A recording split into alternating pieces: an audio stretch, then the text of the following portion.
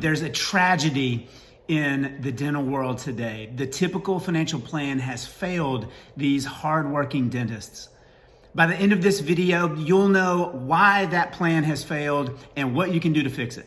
Hi, I'm Matt Kennedy, the founder of Kennedy Wealth Design and the author of the best-selling book, Untapped Wealth. Now, in this dental area, I have a unique experience. I was chief operating officer for a multi-practice organization that produced on average about $900,000 a month out of 4 locations. I've consulted in dental practices around the country, not only on rapid production acceleration, but also on accelerating the value, the sellable value of practices. So I have uniquely seen and helped dentists get out of what I call the owner's trap and have a better life, a better business, and a brighter future. So to show you this tragedy that is lurking out there for dentists, let's take a typical doctor that we see in our practice. We'll call him Dr. Normal. He's 55 years old and wants to retire at age 65. And we'll use age 84, which is the average life expectancy for a male in the United States, as his life expectancy. He's currently enjoying $300,000 of income. And because he owns a business, he's able to run about $100,000 of additional dollars in lifestyle through his business.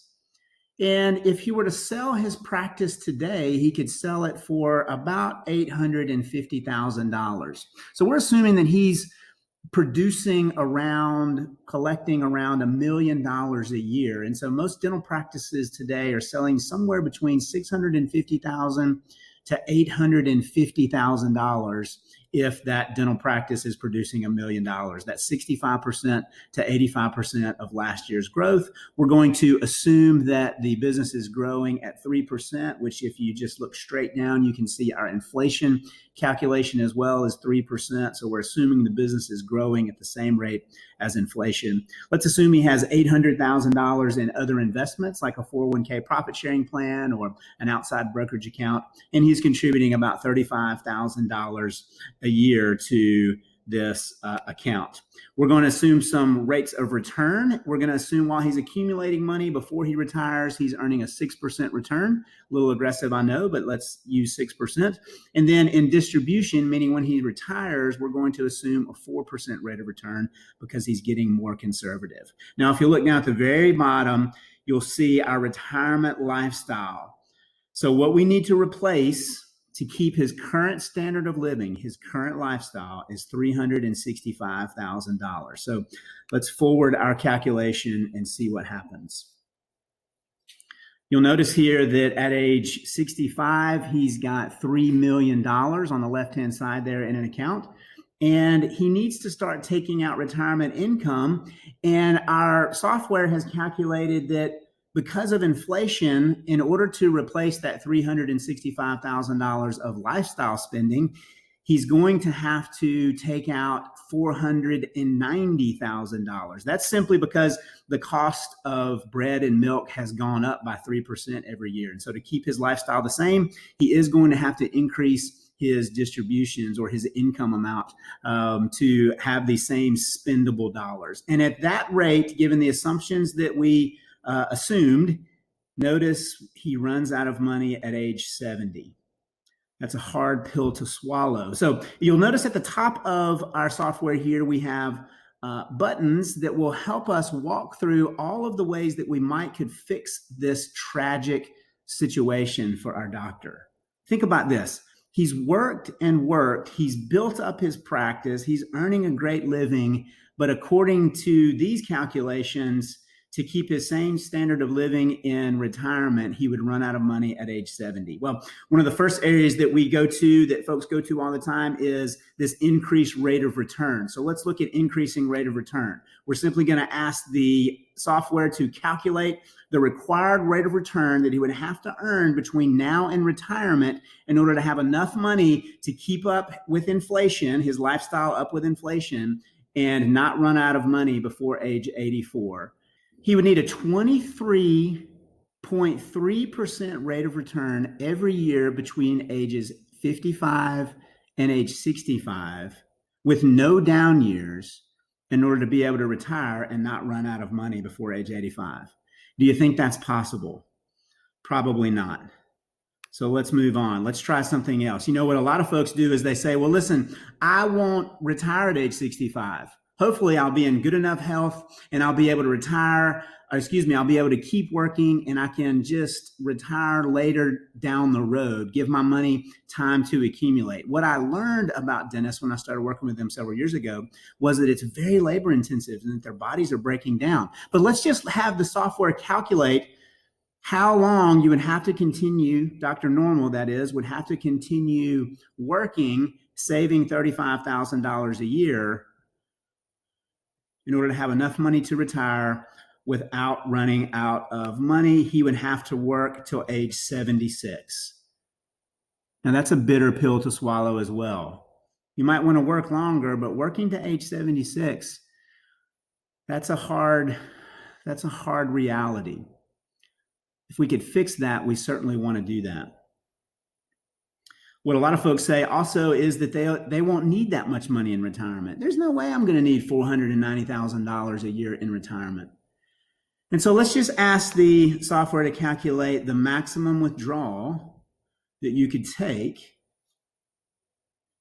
in order to have your money last. Dr. Normal would have his money last until age 85. And this says that currently he's spending $365,000 a year. He would have to reduce his lifestyle by 65%. He would have to drop it to $167,000. Now, the software is telling us those are future dollars. So his $167,000 would only spend like $124,000 today. That'd be like going to work tomorrow and cutting your paycheck by almost 70%. That'd be hard to live on. Finally, let's look at save more. How much would we have to save in order to have enough money to be able to retire with our current lifestyle? The software tells us we're going to need $38,000 a month saved, earning 6% in order for us to be able to retire, for Dr. Normal to be able to retire with his present standard of living. We know that's impossible. Now, we've left one solution alone. It's the solution all the way over on the right-hand side, which is the grow your business. If we could grow the business and then sell the business down the road, if we could grow it at 23% per year and sell the business down the road for $7 million, then that money, along with our $3 million, would be plenty for us to retire. Of all the solutions available to solve the dental retirement problem, which can actually be achieved? Increasing the rate of return on Dr. Normal's current investments to 23% per year with no down years? That's not very likely. Saving $457,000 per year? That's impossible. Working to age 76? As we've said, that's a bitter pill to swallow. Spending 65% less than you spend now in retirement? Another bitter pill. But what about growing the value of your dental practice by 23%? Is this doable? It is. Let me show you why. Many dentists believe that the main thing that makes their practice valuable is production, collections, and profit. Now, while increasing production, collections, and profit can increase the value of the practice, it's not the place to focus on to get buyers to pay a lot of money for the practice. So to understand what drives the value of a business, including a dental practice, you need to look at it through the eyes of an investor. I ask this question to a lot of my clients.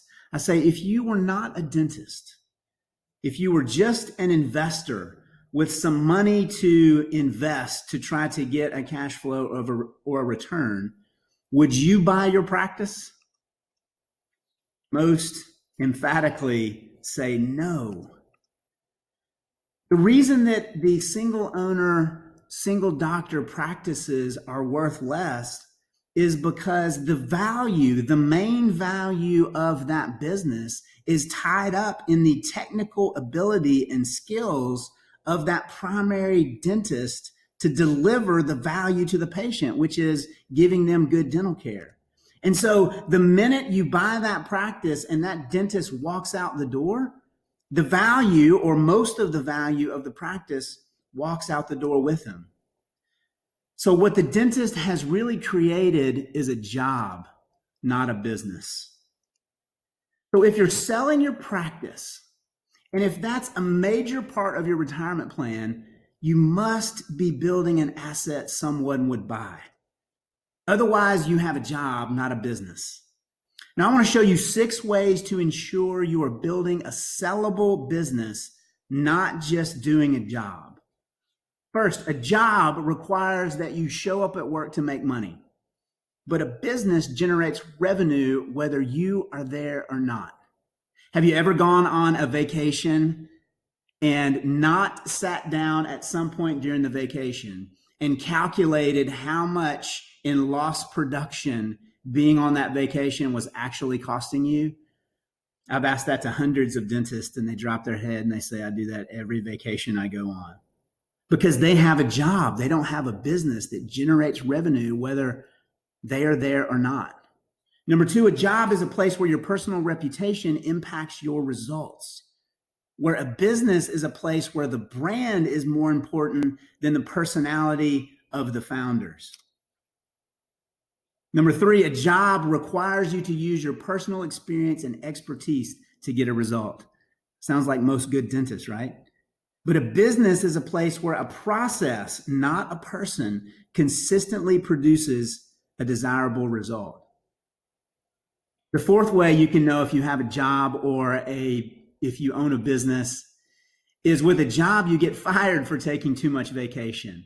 But if you own a business, listen to this, the more vacation you can take without impacting your company's performance, the more valuable your business will be. There's a direct correlation between the number of days you take off and the value of your business. Number 5, with a job, the harder you work, the more money you earn. If you own a business, the smarter you work, the more money you earn. And finally, number 6, with a job, you solve all of the problems. But when you own a company, your employees solve the problems. So here's the question. Are you building your dental job that's keeping you trapped in the chair? Or are you building a dental business that gives you freedom and an asset an investor would want to buy? And we can help. Our dental impact process is specifically designed and field tested to accelerate your production growth, increase your profit, and transform your role from dentist to dental business owner. We then integrate this new transformational business plan with your personal financial plan to turbocharge your journey out of the chair. So to learn more about my unique approach to financial planning using the integrated wealth system, please click on the Show More tab right below this video, and then click on the link to watch my masterclass and to apply to become my client. And to learn more about my dental impact program and to see if you qualify, click on the Show More tab as well, but then click on the link to schedule a 30-minute call with me personally.